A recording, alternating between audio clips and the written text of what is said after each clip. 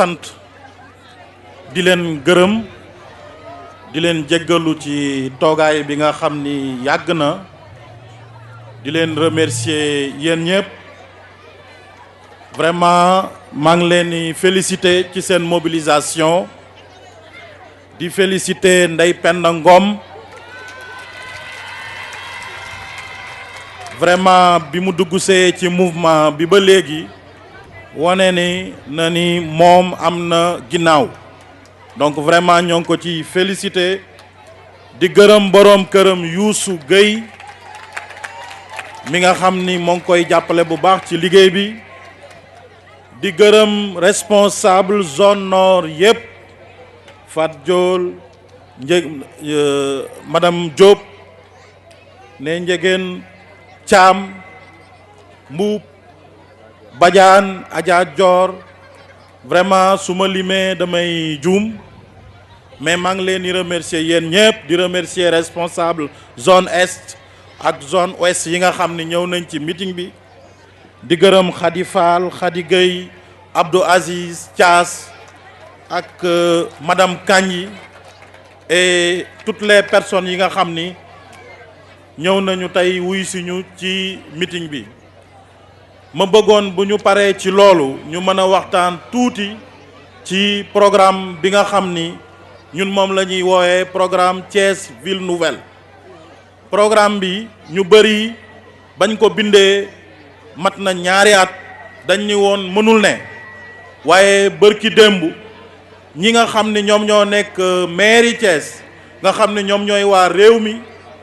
mën nañ leen a tudd ñoom dañoo bind programme ni tamit mën nañoo andi 200 milliards donc kon ñi doon laam-laamee naan mënul ne tey ñoom ñooy copier li nga xam ni ñun def nañ ko te ma leen ni ñaan man waxuma sax ngeen wooteel ma waaye dañoo war a fexe ba sénégalais yi ku ñuy àndateel ak ku ñuy wooteel mu wax leen bu jëlee mairie bi lan la fiy def ndax su ma leen waxul su ma jëlee mairie bi lu ma fiy def bu ëllëgee kenn mënuma poñe ci mbedd mi ni ma Seck yaa ma waxoon lii wala yaa ma waxoon laa donc ñun dañoo bind ni lii la ñu bëgg ñu wax ci logements sociaux nga xam ni tey na mbootaay mi ñi fi am kër bariwul te yéen ñëpp da ngeen a mérito am ko ndax ñii ñi ngi ay commerçante ñii ñi ngi liggéey ñii ñi ngi jaay ñii ñi ngi ci lu ne donc maire yi moom moo war a liggéey loolu ndax maire yi moom suuf moom moo koy joxe waaye comme suuf si bariwul dañ koy jox ñoo xam ni mën nañ koo tabax buñ ko tabaxee yéen ñii ku ci ne mën a dem bindu ci mairie bi ñu jox la kër bu weer deewee ngay fay fukki junni ba fukki junni juróom ak juróom-ñett loolu daanaka ñi toog ci mbootaay mi yëpp mën nañ ko soo demee ci réewu tubaab yi maire yi ñoom ñooy def loolu état defu ko kenn defu ko loolu roru meeli la du maanaam man maay jël 200 milliards dugal ko demeewul noonu kii andi alal day nekk moom koo xam ni yàgg naa defar ay kër dina ko defar boo demee France am na société yoo xam ne yow la ñuy liggéey man mii dem naa ba Cameroun dimbale leen ñoom ba boo demee Cameroun fi mu toll lu mat 50 000 logements sociaux am na ay tubaab yoo xam ni ña ngi ko fay def donc alal ji du problème lii problème bi mooy maire yi mën a jël suuf jox ko ay ñoo xam ni am nañ capacité ñu defar ko bu ko defee maire yi jëlaat kayit yi séddale ko nit ñi donc loolu ñi naan mënul ne dañoo xamul mais même Sénégal gi bu fekkoon gouvernement bi gën na laabiir ak nit ñi war nañ mën a jël ñu am alal jox leen suuf ñoom ñu tabax ko bu ñu paree def ko location vente ku ci ne comme ni ngeen di defee bëccëg fukk di fay ba keroog ngeen ni moom seen kër ku ci ndogal dar sa doom wala sa xarit kenn mën na ko yeggale bu paree yow nga jël sa këyit donc loolu moo tax programme bi ñu ni dem na 200 milliards ndax li tax liggéey kër am solo maanaam lii di menuisier lii di électricien lii di plombier dinañ mën a liggéey ci chantier yooyu mooy tax seen doom yii nga xam ni amuñu métier su boobaa dinañ mën a xëy dem di liggéey ci kër yooyu ba yàlla dimbale leen weer bu dee ñu am salaire donc pourquoi ma insister ci programme boobu parce que comme xaalis bi lim bi dafa bari dañ koy expliquer noonu rapidement pour que ku nekk comprendre ko. fii ci Médina Fall bëri na ay jigéen mbootaay mi tamit jigéen ñi bari nañ fi te souvent ñu bëri dañuy ñëw naan nañ leen dimbale ñu mën a liggéey yàlla def na ni binduñu ko woon ci programme bi mais man bala may wax ci dara dama koy étudier ba pare ma soog a mën a jox nit ñi réponse bu ñu yàlla dimbalee ba ñu jël mairie bi dinañ def liñ naan crédit municipal maanaam yéen ñi ñëpp ku ci am mbootaay bëgg a liggéey mairie bi day am banque boppam banque boobu bëgg nañu at mu jot mu financer ñaari junni ba ñetti junni ci ay jigéen ñu mën a dem liggéey suñu bëggee dem marché dem nekk fa commerçante mairie bi abal leen xaalis loolu mairie mën na ko def ndax boo demee ci mairie Dakar maire ba defoon na ko xëy na affaire bi doxul ni mu waree woon doxe mais ñun bu ñu yàlla dimbalee crédit municipal boobu dinañ ko monter bu ko defee yéen ñii ñëpp nga xam ni da ngeen a bëgg a liggéey soxlawul ngeen di seet si maire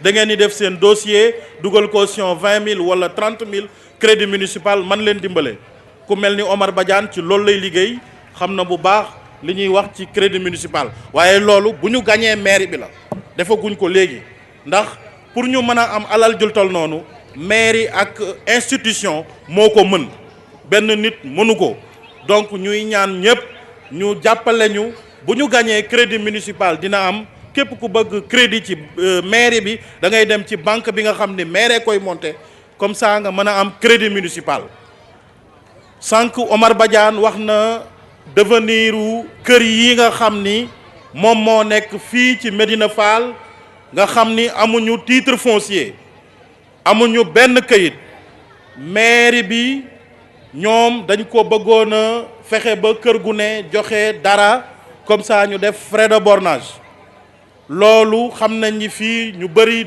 duñ ko mën ñun bu ñu yàlla dimbalee ñu jël mairie bi ku ci ne dinañ la jox sa këyitu kër boo dëkkee Médina Fall te doo fay dara donc loolu dalal leen seen xel dinañ def recensement képp koo xam ni sa kër fii mi ngi ci Médina Fall ak Kawsara ak Kër Cheikh nga xam ni amoo këyitu kër incha allah dinañ la mën a jox këyit gratuitement te doo fay dara parce que loolu ay impôts yu maire yi di jël la mën nañ ko renoncer ndax wàññiwuñu dara ndax dinañu mën a permettre ñu dimbalee nit ñi ñu am këyit am assurance ni fii ñu dëkk ñoom ñoo ko moom te kenn du leen fi mën a jëlee ci nii wala ci naa wax nañ aussi ci wàllu ñag bi loolu bu ñu yàlla dimbalee ba ñu jël mairie bi dañ fiy ñëwaat waxtaan ak yéen ni leen ñag bi su fekkee da ngeen a bëgg ñu defal leen fi marché maire bi def fi projet def fi marché loolu yéen a ñuy wax bu dee tamit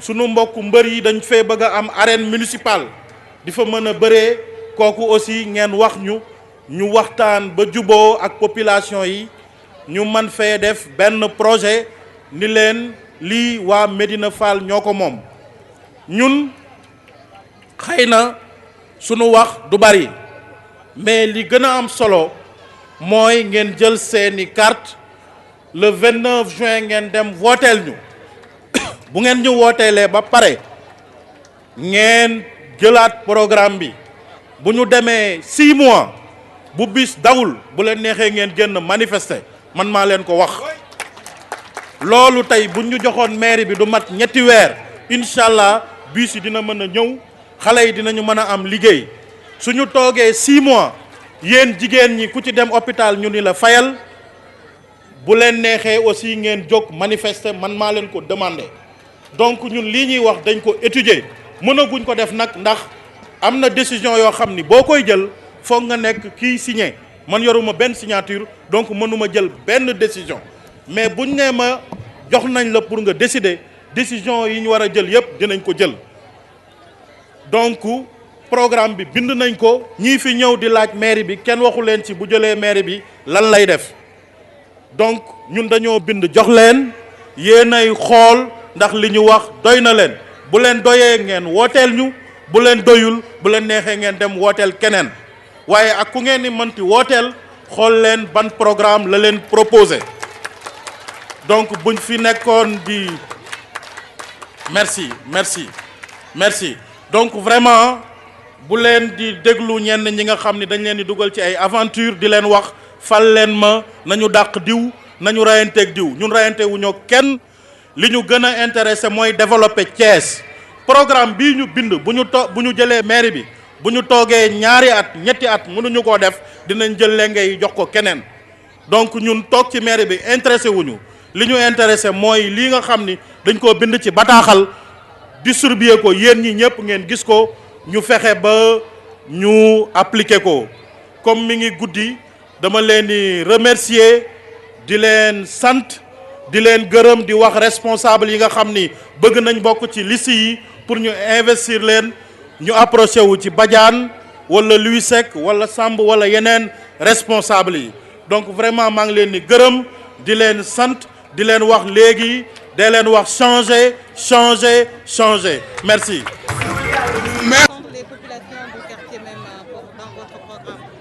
Dans notre programme, nous avons expliqué que, parce que le problème le plus crucial ici à Médina Fall, ou l'un des problèmes les plus cruciaux, c'est la non-titularisation des titres. C'est-à-dire, Médina Fall a un seul titre foncier. Et l'État a rétrocédé ce titre foncier à la mairie. Maintenant, la mairie réclame des frais de bornage. C'était une doléance qui est revenue dans nos principales tournées que nous avons effectuées et que nos responsables nous ont remontées. Et les populations étant la plupart du temps des couches qui n'ont pas beaucoup de moyens, ne peuvent pas payer ces frais de bornage parce que quand même, si mes informations sont bonnes, les frais dépassent au moins 50 000 francs. Nous avons dit que si nous sommes élus à la tête de la mairie, il y a 2000 titres à régulariser à Médina Fall. Nous allons renoncer à ces frais de bornage et donner gratuitement les titres de propriété aux populations de Médina Fall parce que depuis que ce quartier est né, ce sont des populations qui vivent dans l'insécurité de perdre à tout moment leur maison. Donc nous les rassurons que ce sont des impôts locaux et que le maire a les moyens de renoncer à ces impôts locaux et de rendre gratuit l'accès à la propriété aux populations de Médina Fall qui constitue un cas spécifique aux autres quartiers de la ville de Thiès. On parle également du non-emploi des jeunes et de certaines agressions qui sont très courantes dans la localité. C'est normal. Quand vous avez un quartier qui est mal éclairé, quand vous avez aussi un quartier où il y a beaucoup de populations qui n'ont pas les moyens, la sécurité reste un problème crucial. Donc nous, dans notre programme, nous avons mis qu'il y a au moins 10 000 lampadaires que nous allons faire. La population de Médina Fall représentant au moins 15% de la population globale de la ville, elle devrait au moins bénéficier de 2 000 à 3 000 nouveaux lampadaires. Parce qu'il faudrait faire de sorte que, ici, au moins sur chaque 200 mètres ou sur chaque 150 mètres, qu'on puisse avoir un poteau bien éclairé. Nous allons ici, si la loi le permet, aider les services de sécurité à assurer la surveillance du quartier. Il y a un commissariat qui est dans le quartier, mais qui est quand même bien éloigné du quartier Médina Fall. Parce que le commissariat se trouve en Ghent, dans une zone complètement abandonnée par les populations. Nous allons faire de Médina Fall un nouveau quartier où la sécurité va régner et nous allons solliciter l'État pour un nouveau commissariat. Et cela passe d'abord par l'éclairage public, parce que si vous avez un quartier qui n'est pas bien éclairé, la sécurité ne sera pas assurée. Donc Médina Fall sera en tête de pont des quartiers que nous voulons éclairer. Vous avez parlé d'emploi des jeunes, nous l'avons dit, le principal moteur de notre programme, c'est l'habitat social. L'habitat social va nous permettre d'engager au moins 15 000 personnes par an à Thiès. Et nous pensons qu'il y a beaucoup d'artisans, de menuisiers, de maçons et de jeunes qui prétendent à des emplois de premier niveau. Et l'habitat social permet de recruter cette foule de jeunesse qui est démunie de formation ou parfois de moyens pour pouvoir faire de grandes études. Donc les chantiers que nous allons englober vont pouvoir permettre d'embaucher la plupart de ces jeunes qui sont au chômage. Et nous pensons qu'on va le faire par quota et nous ferons le maximum pour réduire le taux de chômage au moins à Médina Fall de 50% avec la population active actuelle. Tout à l'heure, vous bénéficiez de votre... Qu'est-ce qui vous fait dire ça? Ah oui, le Réumi a plagié notre programme parce que je pense qu'ils ont convié une partie de la presse à une rencontre. Ils ont plagié, ils ont convié une partie de la presse à cette rencontre où ils ont dit des programmes. Ils ont dit qu'ils vont faire un centre commercial pour 30 milliards. Je pense que c'est quand même excessif. Même le centre commercial le plus luxueux de Dakar et qui est le plus luxueux d'Afrique n'a pas coûté ça. Et je ne pense pas qu'un centre commercial est une priorité pour les Thiessois. Je les ai vus parler de projets de transport et de bus. Ça, je pense que nous l'avons proposé il y a 2 ans. Je leur ai entendu aussi parler d'autres projets structurants comme une nouvelle gare routière, comme de nouvelles infrastructures et l'habitat social. Ils ont même parlé de 7000 logements. Nous avions annoncé le chiffre de 8000 logements depuis bien longtemps. Donc, ces gens prennent notre programme, au lieu de proposer un programme beaucoup plus pertinent, mais ils le plagient et ils ajoutent 2 ou 3 choses. Je pense que cela ne les honore pas. Mais quelque part, on est flatté parce que si ce que nous avions proposé n'avait pas convaincu les Thiessois, certains ne l'auront pas copié. Peut-être on ne va pas les féliciter parce que c'est des adversaires politiques. Nous leur souhaitons quand même qu'ils puissent le réaliser, mais au moins qu'ils aient le mérite de reconnaître qu'il y avait d'abord le mouvement Changé et El Malick Seck qui avait proposé auparavant ce programme.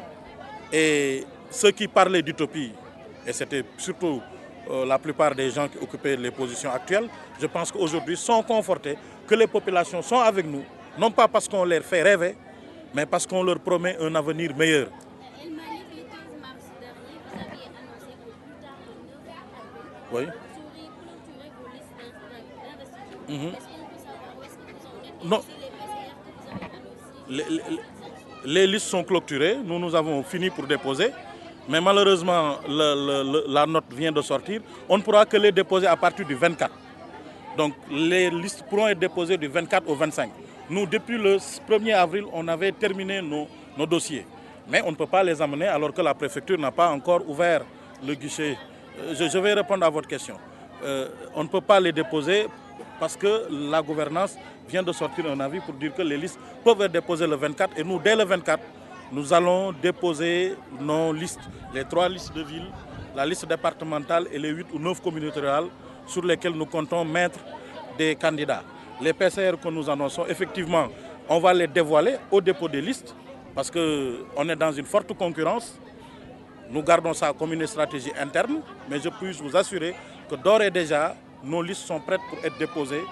Les personnes que nous annoncions et d'autres personnes vont même nous rejoindre, mais nous voulons en faire la primeur d'abord au dépôt des listes pour que ces gens aussi ne changent pas de stratégie, ce que vous pourrez comprendre aisément.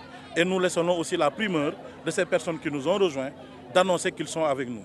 Donc c'est une question de courtoisie. Nous préférons que ces personnes annoncent ça eux-mêmes. Mais rassurez-vous, nous, on est prêts depuis le 1er avril.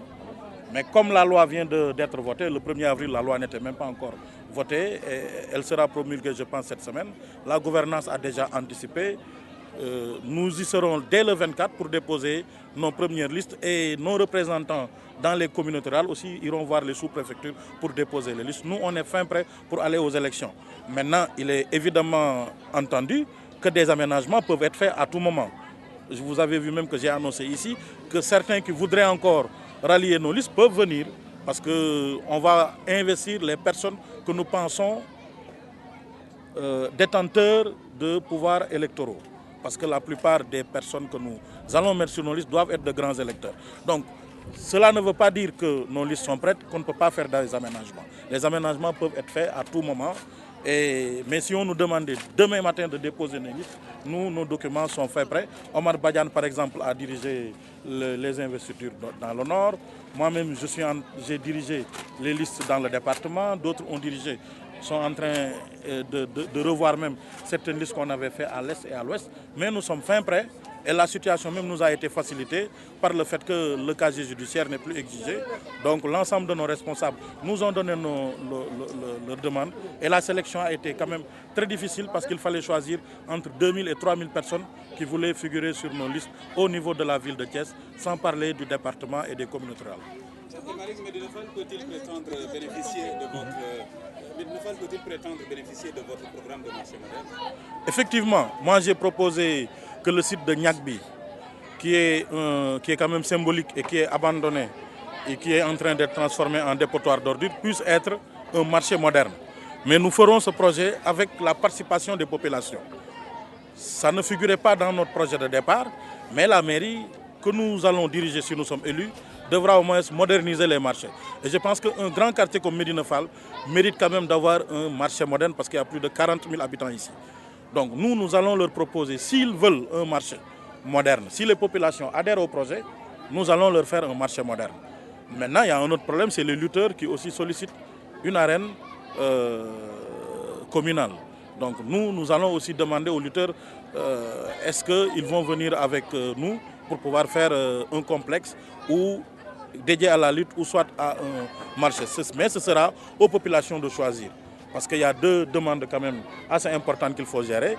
Et le foncier devenant de plus en plus rare, même à Médina Fall, je pense que le site foncier de Niakba doit être amélioré et rendu, comment on appelle ça, rendu accessible après une concertation avec les populations locales.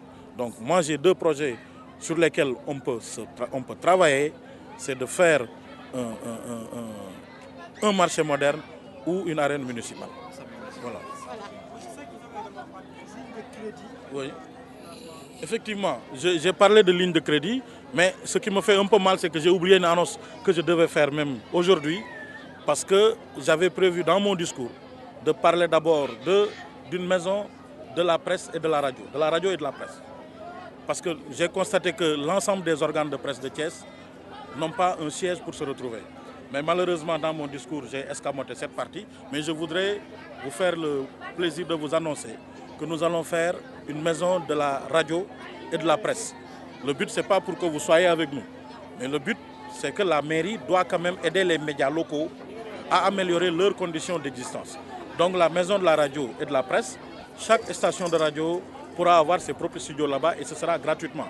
Maintenant, les gens vont payer l'eau et l'électricité. Les organes de presse aussi qui le veulent peuvent avoir des bureaux pour vous permettre de travailler. Cela, on va le faire. Peut-être certains vont trouver ce projet assez ambitieux ou n'étant pas une priorité, mais c'est une priorité absolue. Parce que j'ai remarqué que vous êtes des gens solidaires, mais il vous faut un local où quand le maire ou les autres autorités politiques ont besoin de faire un message, ils vont se déplacer à cette maison de la radio et de la presse. Et cette maison de la radio doit être couplée avec un crédit municipal qu'on fera pour les femmes qui seront les bénéficiaires d'une dotation peut-être de 100 ou de 200 millions pour financer des projets porteurs. Donc la mairie peut créer un fonds de crédit municipal. Les personnes qui le veulent peuvent venir déposer 20 000 ou 30 000 francs et pouvoir prétendre à des crédits qui ne devraient pas au grand maximum excéder 500 000 francs. Nous faisons ce projet pour aider les femmes commerçantes et les femmes démunies à avoir des projets économiques pour pouvoir quand même sortir de la pauvreté. Je pense qu'il y a des mairies qui l'ont fait au Sénégal, en particulier la mairie de Dakar. Dans les pays occidentaux, je pense que toutes les grandes mairies ont leur crédit municipal. Il est normal que la mairie prenne une partie du budget et le donne pour l'amélioration des conditions de la microcrédit, de la microfinance.